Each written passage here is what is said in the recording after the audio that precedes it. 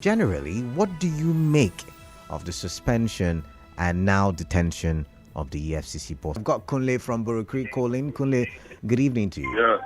While it is true what people have been saying, my concern is this. And I just want to give an example. I'm not saying the person has been found wanting. If, for instance, the governor, or past governor of Rivers State, if tomorrow EFCC comes and they say, is corrupt and all that, given the way the same callers every day, my governor, my this, my that, do you think these people will still be talking about corruption?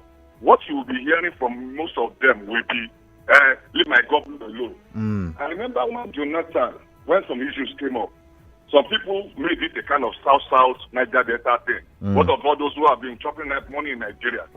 What I'm making is that even those of us down here, aren't we even corrupt that we are not pointing fingers at the people at the top? I saw a write-up recently that most Nigerians down here who are not in power are more even corrupt than those who are already in power.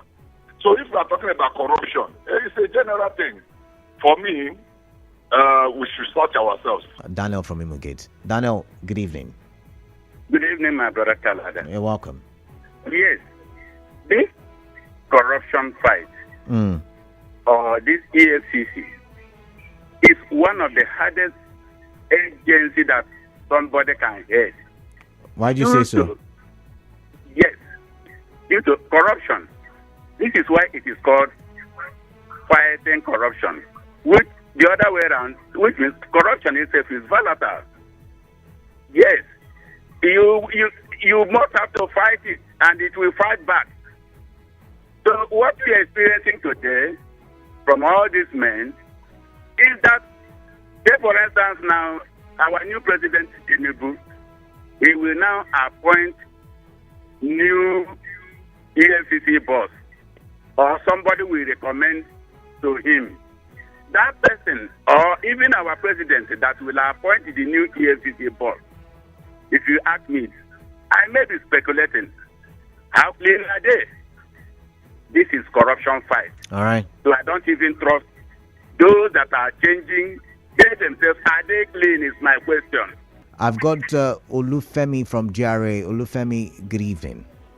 I've observed the current president, Bola Tinubu, and I think that like any other new president, he will want to build his own structure to work with. And most of these people like Bawa, and then Emefiele, they are of the old order. And then probably the best way to remove them is to suspend them, because they were appointed to serve for a particular term. And so maybe the best way to remove them from office is to suspend them, all right, whether there are allegations or not. Tinubu has the power to set up his own structure in order for him to achieve his desired objective. Olufemi, can you hear me? Yes. Should it be about the president's structure, or should it be about institutions that can stand the test of time?